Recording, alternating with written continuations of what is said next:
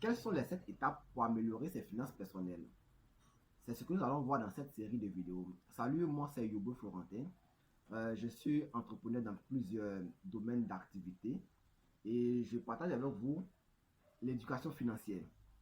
Et donc, dans la première vidéo, nous avons vu qu'il était important de définir son état financier, de mettre en place ou de faire le point de votre état financier.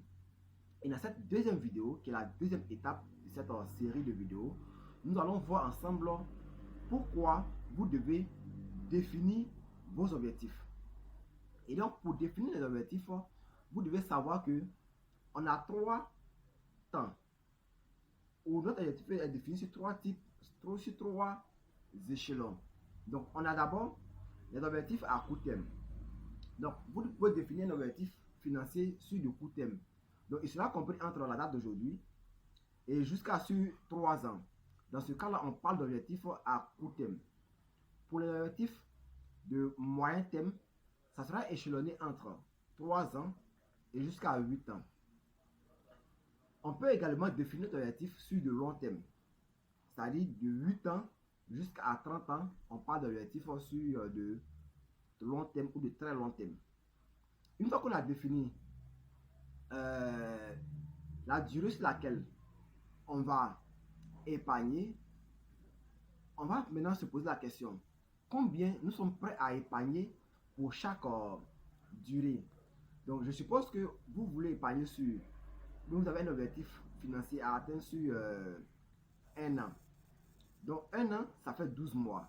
Donc, sur les 12 mois, on suppose que vous voulez acheter un terrain qui va tourner autour de soit 1 million ou 1 million 2. Donc, prenons le cas de 1 million 2. Donc, vous devez épargner sur 1 an 1 million 2. Donc, cela revient à diviser les 1 million 2 là en 12. Donc, par mois, vous allez maintenant épargner 100 000 francs.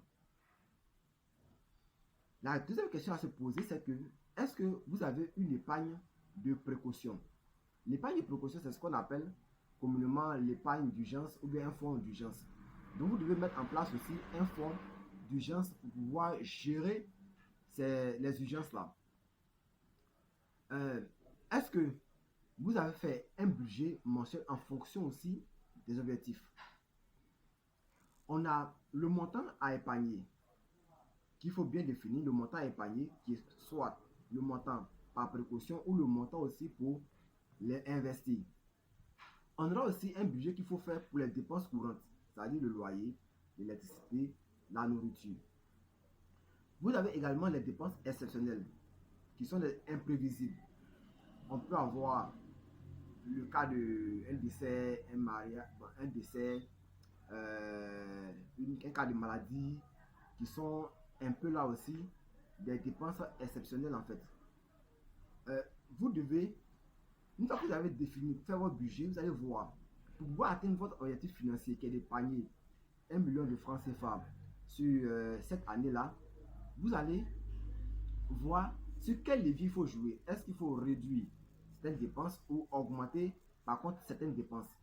Donc, une fois que c'est fait, le conseil que je vais vous donner, par exemple, pour vous qui suivez cette vidéo là maintenant, vous devez savoir que si maintenant là, il vous semble difficile d'épargner, c'est pas grave. C'est pas grave. C'est parce que vos revenus sont trop faibles. Mais dites-vous que vous devez apprendre d'abord à mettre de l'argent là de côté. Une fois que vous allez acquérir cette habitude-là, vous allez commencer à faire l'effort dans ce sens-là. Et progressivement, vous allez pouvoir atteindre votre objectif qui est d'épargner 100 000 francs le mois. Donc, merci et abonnez-vous à ma page pour ne pas manquer les prochaines vidéos.